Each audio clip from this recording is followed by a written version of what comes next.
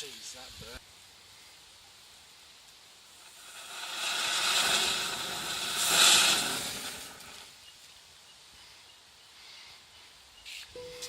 That was some footage of me attaching a sparkler bomb to the end of a sword and holding it while the sparkler bomb went off.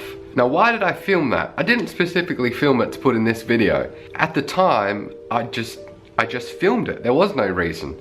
I didn't think I've got to film this for a specific person or a place. It was just second nature. I never questioned if I should or shouldn't film it. We just filmed that. Hey, do you think we should film this, or should this just be a memory, this climbing we're doing? Should it just exist in our mind, or should there be...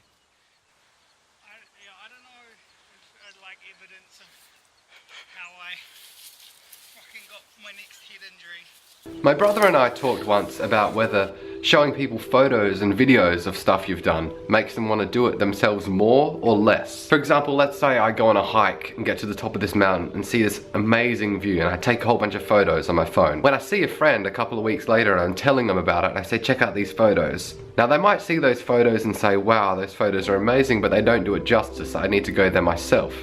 Or do they see the photos and kind of feel like they've got a good enough idea of what it looks like from the top of the mountain and decide they don't need to go there? Whereas if I didn't have photos and just used my words, they might have felt like they couldn't really picture it and had to go there themselves. So just... Well, thing is, if you get a head injury, you won't even have the memory of it. So... It's hard to say whether photos make people want to do the things or not do them.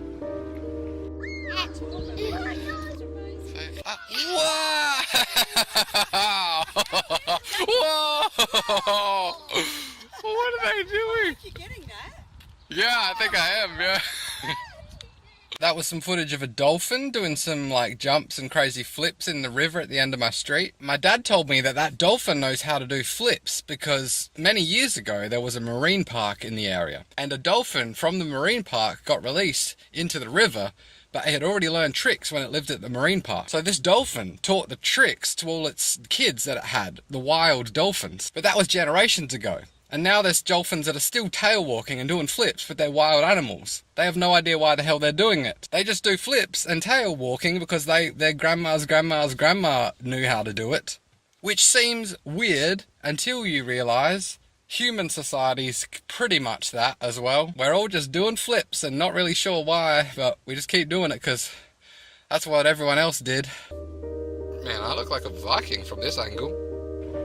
Because there is some knowledge that only really deeply ingrains itself in you through experience. Like, you can read a book about a lion and read that a lion can attack viciously and stealthily, and you kind of know it. But that's a different type of knowing than someone who has actually been attacked by a lion. Like, they really know it. Both of them know it, but they know it differently. There was a time where the only way to really develop knowledge was through a lifetime of experience. In the past, older people were viewed as wise. The elders were the great wise ones. And they were considered wise because in the time that they lived, the only way to become wise was by living a life. Before the time of internet and even ready access to books, knowledge was gained through doing stuff. Nowadays it's kind of the opposite. People view older people as kind of silly and dumb because they don't know how to access the internet and get any knowledge they want in 1 second.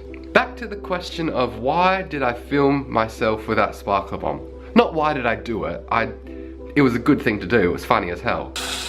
But why did I film it? Why do I film anything? Why do I put stuff on the internet? Why does anyone make a YouTube account? I think it comes down to a fear of dying without people knowing you were here. I often wonder if some of the people that were famous or infamous from medieval times for going on huge murderous rampages, if they lived in a time when YouTube was available, perhaps they would have just done that instead. Because I think most people just go on YouTube because they want their name to be out there. They don't want to die without someone remembering they were here. They need to prove that they were here and they were worth something. And you can do that by uploading a video of you talking and seeing that thousands of people watched it. Perhaps if Genghis Khan had that option, he wouldn't have killed so many people, because I don't doubt that he had that same feeling and he wanted people to know that he lived, but the only way for him to do that was either by being really great or being really bad, and I guess he chose bad.